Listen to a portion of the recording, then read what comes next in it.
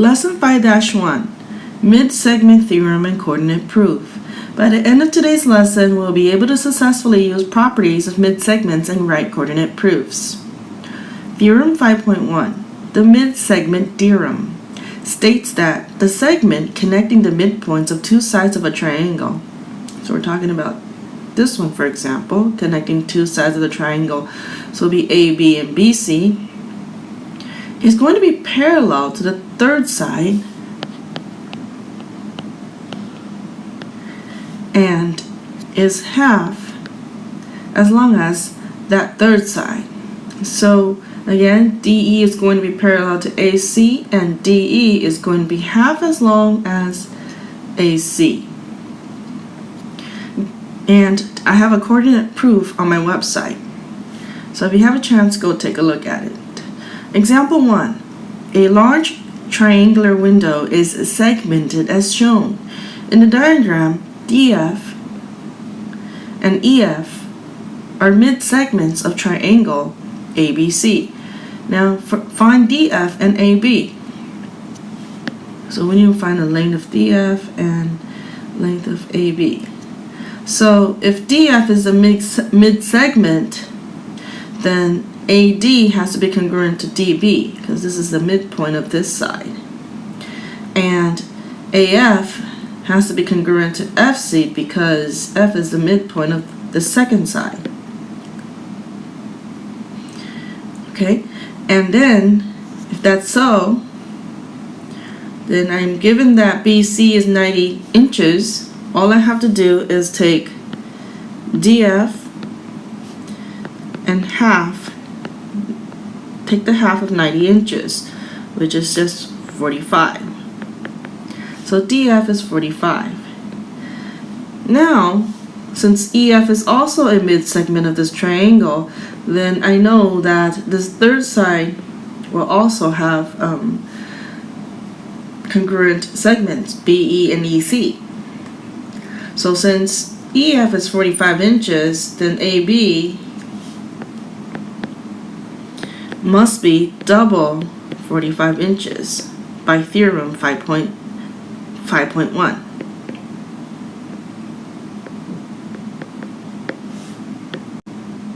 Example 2. In the diagram at the right below, QS is equal to SP, so S has to be the midpoint of QP, and PT is equal to TR, so same thing, T is a midpoint of side PR. Show that QR is parallel to ST. Okay, so I can write a little paragraph here. Because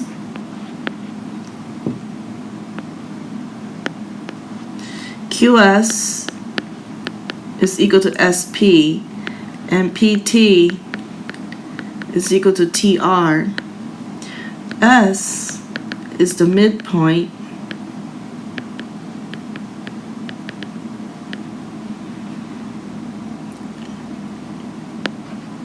of QP and T is the midpoint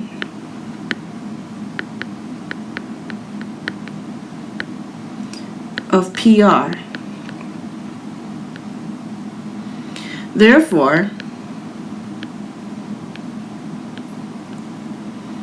ST is a mid-segment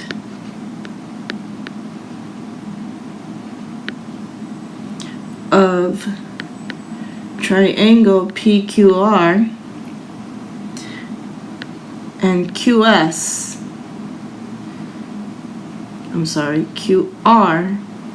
is parallel to ST by the mid-segment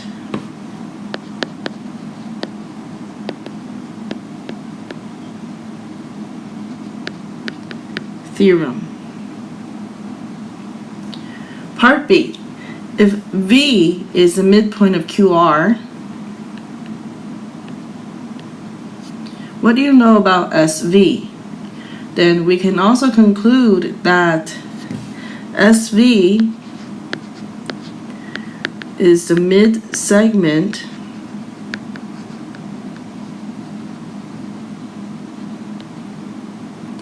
of triangle PQR, and SV is parallel to PR by the mid segment theorem.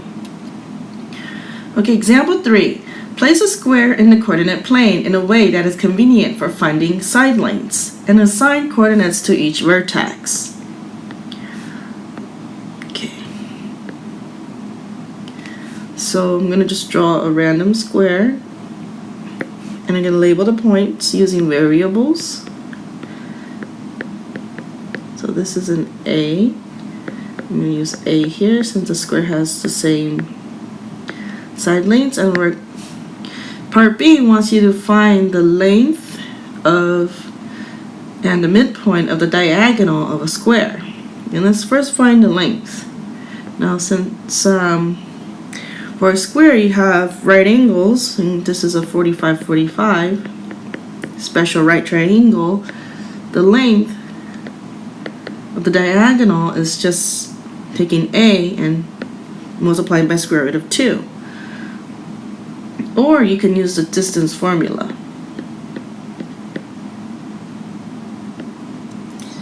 And right diagonal here. And the midpoint would just be taking these 2 points, A plus 0 divided by 2, and therefore just A over 2 and A over 2. Example 4. Place an acute triangle in a coordinate plane that is convenient for finding side lengths. Assign coordinates to each vertex. So, first of all, I'm going to label my coordinates using any variable here. So I'm going to call this an isosceles triangle, and I'm going to draw the perpendicular angle bisector.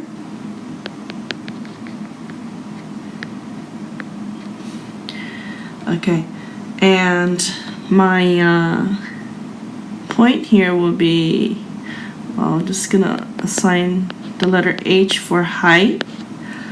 So my y coordinate can be height, and I can call this half of length B. Now I can further extend this problem by asking you to find the length of a mid-segment.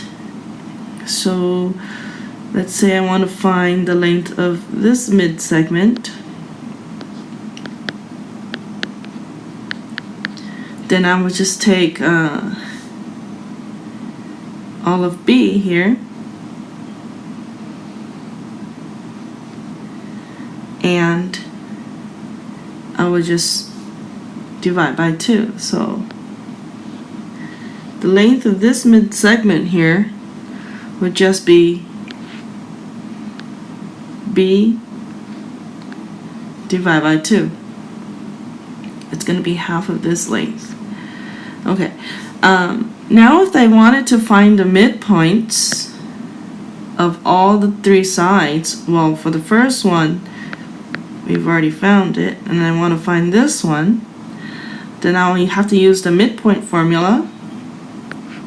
So for this one, I would do B over 2 plus B and divide by 2. And then the other one would just be H divided by 2. And I could further simplify this to be, so 3B over 2 divided by 2 would just be 3B over 4. And for this point, we do a similar thing.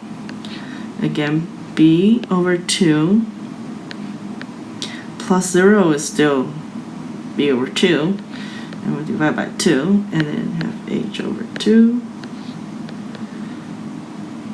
You have b over 4 and h over 2.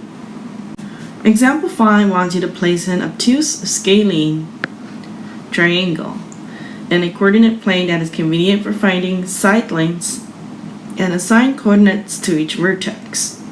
So if I've already drawn in an obtuse scalene triangle for you, obtuse just means one angle has to be greater than 90 degrees, and scalene just means all sides are not the same lengths. So here I can put 0, 0, and a 0, and for this one, I could just assign a coordinate C here, C 0, and I can assign H for height. I can just call this CH.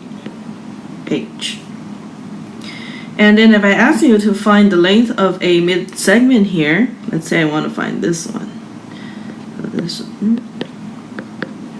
Then I can just take this point and this point, so, and then first find the length by using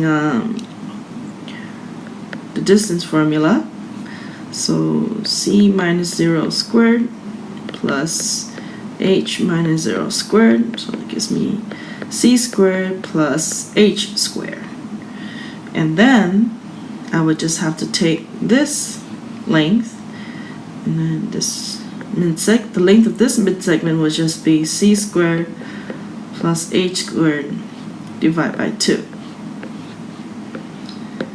And if I were to ask you to find the midpoints,